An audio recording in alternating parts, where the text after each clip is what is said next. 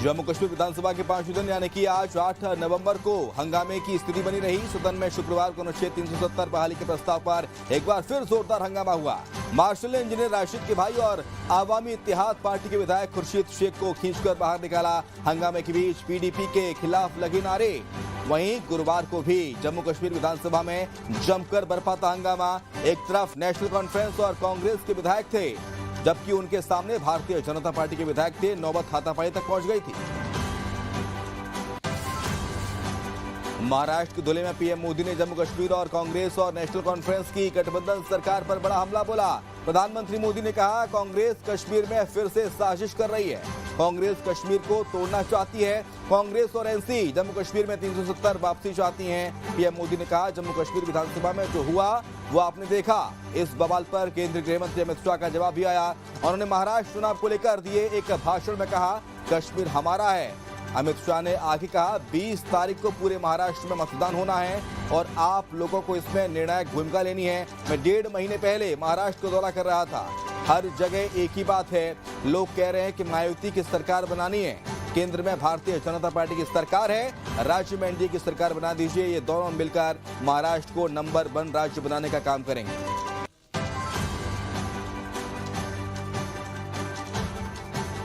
जैसे ही मैं देशवासियों को कहता हूं, जरा जागिए, सचेत हो जाइए। जैसे ही कांग्रेस और इंडी गठजोड़ वालों का जम्मू कश्मीर में सरकार बनाने का मौका मिला, वो फिर से कश्मीर को लेकर साजिशें करने लगे। आपने टीवी पे देखा होगा, 2-3 दिन पहले जम्मू कश्मीर विधानसभा में जो कुछ हुआ आपने देखा होगा। कांग्रेस गठबंधन वहां फिर से आर्टिकल 370 लागू करने का प्रस्ताव पारित किया है। दोस्तों, कांग्रेस गठबंधन एक तरफ जम्मू कश्मीर से भारत का संविधान हटाने का प्रस्ताव पास करता है। कांग्रेस ने जो प्रस्ताव पारित किया है ना, इससे बाबा साहब का संविधान जो मोदी वहां ले गया है ना, वो फिर वापस कर देंगे और जम्मू कश्मीर में बाबा साहब के संविधान को घुसने नहीं देंगे। और दूसरी तरफ यही कांग्रेस, उनका गठबंधन यहां महाराष्ट्र में आकर संविधान की झूठी किताब लहराता है, कोरे कागज वाली। ये कोरे कागज वालों की कटी पतंग का जमाना आ गया है। 370 की बहाली पर जम्मू विधानसभा में विधायकों का जोरदार हंगामा देखने को मिला। विधानसभा में हुए बवाल पर सीएम शाह का बयान भी सामने आया। उन्होंने कहा कि 370 हटने से घाटी में खुशहाली आई है, आतंकवाद की घटनाओं पर 70% कमी आई है। उसके बाद भी विधानसभा में 370 बहाली का प्रस्ताव लाना निंदनीय है। और उन्होंने भाजपा विधायकों को सदन से बाहर किए जाने को भी निंदनीय बताया। तो उधर मध्य प्रदेश के मुख्यमंत्री डॉक्टर मोहन यादव ने कांग्रेस पर बड़ा वार किया है और कहा है कि कांग्रेस के कारण देश का बंटवारा हुआ।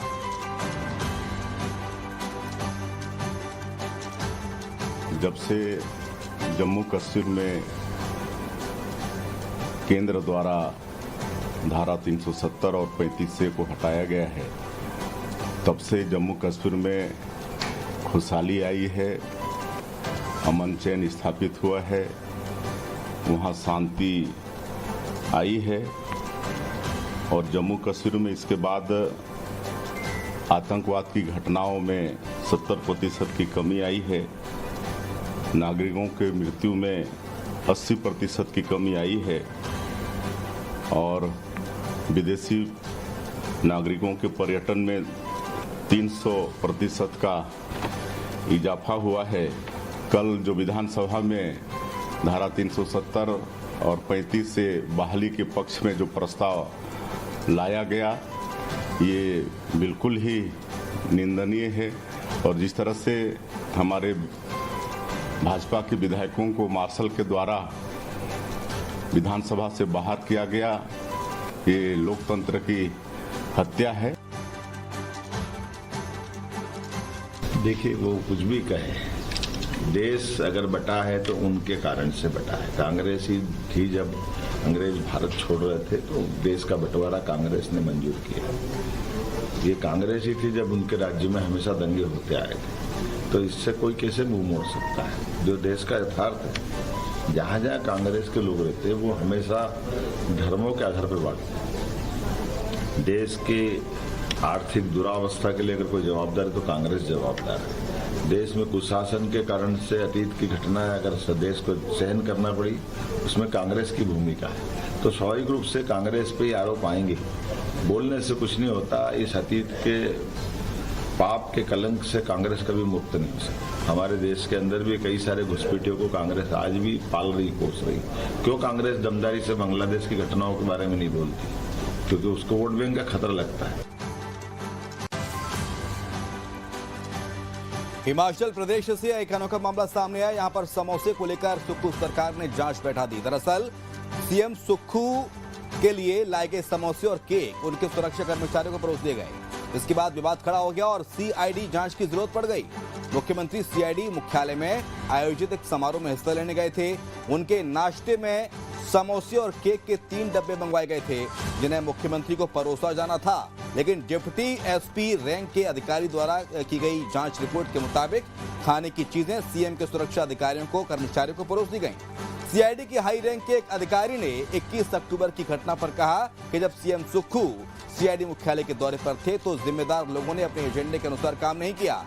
वहीं समोसा विवाद में 5 पुलिसकर्मियों को कारण बताओ नोटिस भी जारी किया गया है। मामला गरमाया हुआ है और भाजपा कांग्रेस सरकार पर हमलावर है।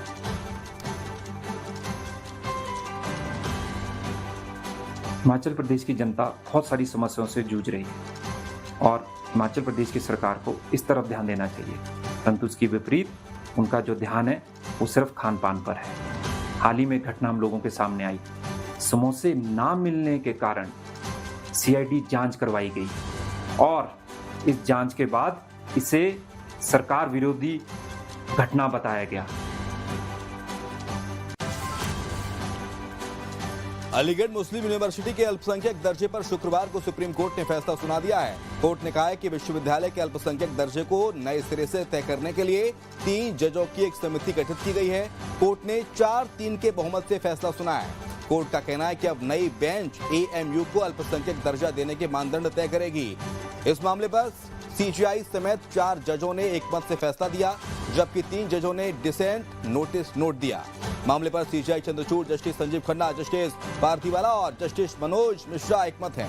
वहीं जस्टिस सूर्यकांत, जस्टिस दीपांकर दत्ता और जस्टिस सतीश चंद्र शर्मा का फैसला अलग है। कोर्ट ने 4-3 के बहुमत से अपने फैसले में 1967 के उस फैसले को खारिज कर दिया है जो एएमयू को अल्पसंख्यक दर्जा देने से इनकार करने का आधार बना था।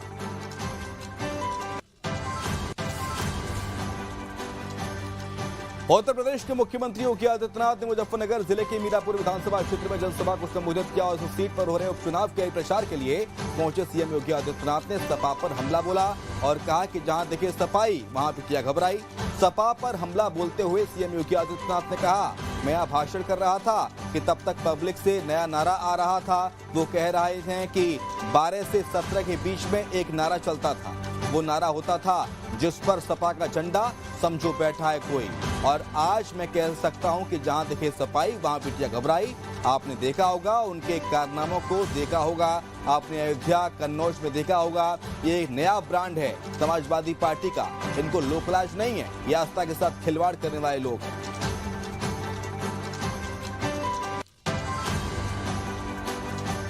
ये समाजवादी पार्टी पूरी तरह एक्सपोज हो चुकी है।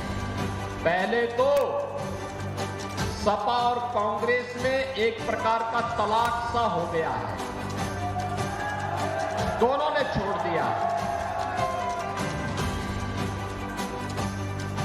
दोनों में फिर से वही खटपट शुरू हो गई है, क्योंकि लोकसभा चुनाव में इन्होंने आपके बीच में कहा था खटाखट खटाखट।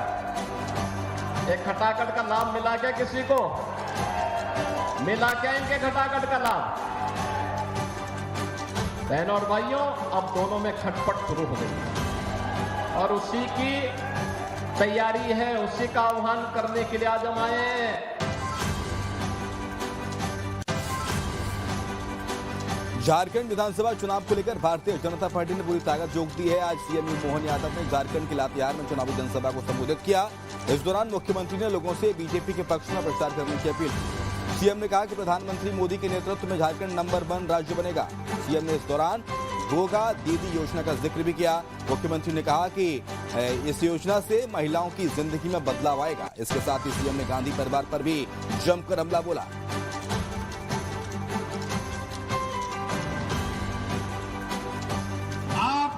एक एक वोट से नया सवेरा निकलेगा, वो जीवन में उजाला फैलेगा और निश्चित रूप से नरेंद्र मोदी जी के नेतृत्व में झारखंड नंबर 1 का राज्य बनेगा। ये शुभकामना आपके बीच दे रहा हूँ। मुझे पूरा भरोसा है आपकी माता बहनों के माध्यम से ये योजना हमारी उज्जैन मध्य प्रदेश से आई हुई थी, लाडली बहना योजना, जो नारी सशक्तिकरण में बड़ी भूमिका अदा करेगी। जो यहाँ क्या गोगो दीदी बोला है, गोगो दीदी, मैं आपको गारंटी दे रहा हूँ, गोगो दीदी के माध्यम से आपकी सबके जीवन में 2100 रुपया महीना पहली तारीख से आने लगेगा। ये मैं गारंटी दे रहा हूँ। ये भाजपा की गारंटी है, जिसके लिए नरेंद्र मोदी जी अपने शब्दों में कहते हैं ये मोदी की गारंटी है। मोदी जी जो कहते हैं वो करके दिखाते हैं। छत्तीसगढ़ में उपचुनाव से पहले पोस्टर वॉर शुरू हो गया है। कांग्रेस भारतीय जनता पार्टी में नहीं थम रहा पोस्टर वॉर। बीजेपी ने पोस्टर के जरिए कांग्रेस पर साधा निशाना। पूर्व सीएम की फोटो के साथ अपराधी गुंडे बदमाश का पोस्टर जारी किया।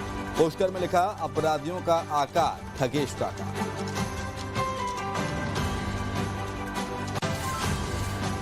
मध्य प्रदेश में कांग्रेस की नई कार्यकारिणी की होगी बैठक। 19 और 20 नवंबर को होगी मैराथन बैठकें। 2 दिन तक कांग्रेस की दशा और दिशा पर होगा चिंतन। 19 नवंबर को दिग्गजों के साथ जीतू पटवारी करेंगे बैठक।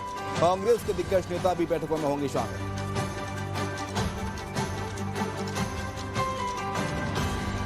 19 तारीख को प्रदेश कांग्रेस की प्रथम कार्यकारिणी की बैठक हो रही है, जिसमें स्पेशल इन्वाइटी और परमानेंट इन्वाइटीज़ रहेंगे सुबह 10 बजे से 12 बजे तक।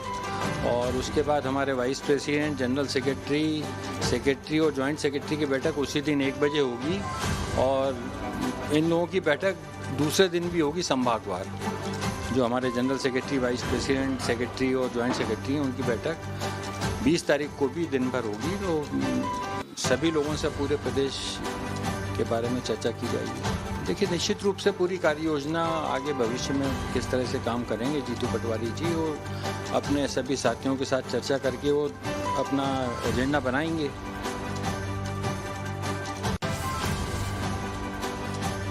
बलौदाबाजार को सीएम शाह ने बड़ी सौगात दिया। मुख्यमंत्री ने बलौदाबाजार में करोड़ों के विकास कार्यों का लोकार्पण और भूमि पूजन किया। सीएम ने 32 करोड़ से ज्यादा के विकास कार्यों का भूमि पूजन किया। साथ ही 27 करोड़ के विकास कार्यों का लोकार्पण किया। इस दौरान सीएम ने बताया कि प्रधानमंत्री आवास योजना के तहत 21 घरों की स्वीकृति मिली है। इसके साथ ही सीएम ने प्रधानमंत्री आवास योजना ग्रामीण के तहत 51 लाभार्थियों को घर की चाबी भी सौंपी।